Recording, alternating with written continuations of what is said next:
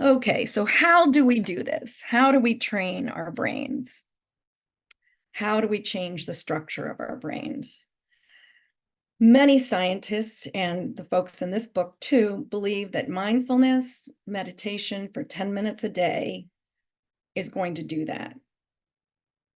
And it's going to help us have that take a breath before our amygdala hijacks our brain.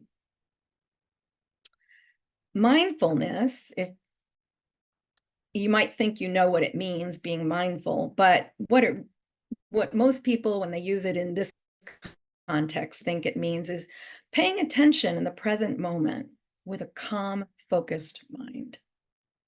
So if you're washing the dishes, just be mindful of washing the dishes. What does that feel like? The water, the soap. Is it too hot or too cold? The sound of the water running. It's being in tune and being present with what you're doing at that very moment.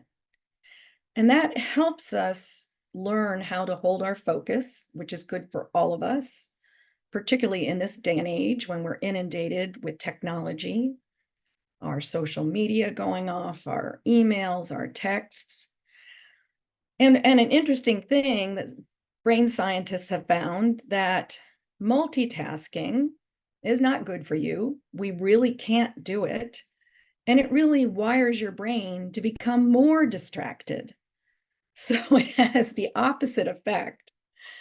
And it's very hard to make good decisions when you're multitasking. Mindfulness also helps you realize your potential by becoming more aware of who you are, what you want, what you're good at. And again, scientists have shown it increases the gray cells in the cerebral cortex, the thinking, cognitive part of our brains, which help us think and solve problems. It's also really good for our bodies, builds a stronger immune system, lowers blood pressure and heart rate. There's a great program out there, MBSR, mindfulness-based stress reduction, which I took, which was started at the University of Massachusetts Hospital. And there's a great book, I think it's called Catastrophe Living by John Kabat-Zinn. And I took a class here in the DC area. It was just fantastic. Mindfulness helps you sleep better and feel less stressed. So, how do we, one way of doing mindfulness, as I said, is being in the present moment, noticing what's going on in your brain, in your thinking, what you're doing, noticing your feelings without judgment. Because if you stir up judgment, like, oh my God, I shouldn't feel bad about that person. I really do like them. I shouldn't be jealous. You're just churning things up again.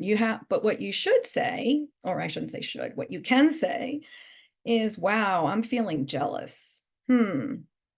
Okay. That's all right. It doesn't mean that's me. It doesn't mean I'm a jealous person. And you focus on your breath in a meditation. If you're doing this in a meditation, focus on breathing in, bringing out. And you might still notice, you're going to notice those feelings and thoughts going by, like a slideshow. They're just going to keep going by. And of course, people like the Buddha probably has silenced the slideshow. But for us mortals, it just helps to name them, but not identify with those feelings and thoughts. One exercise, and one way, Dr. Rick Hansen wrote a book on resilience, and Laura can put that in to the notes. He came up with one way to rewire the brain called let be, let go, let in. Let be whatever you're thinking or feeling. Let go, release those emotions and thoughts. Let in the positive, the lesson to learn. that hardwires into your brain compassion and gratitude. So if you want to take 30 seconds to just think about something stressful happened today, maybe yesterday, just let it be in your mind, but don't let it take on, don't let it gain this power. Just kind of observe and then breathe in, breathe out, and try to release it. And you may not be able to right away, and that's okay. This takes practice. And then think something positive, I'm really happy for Sarah that she got that award. You know, yeah, would I have liked to have gotten it? That's why I was a little jealous. Yes. But I actually really am happy for her.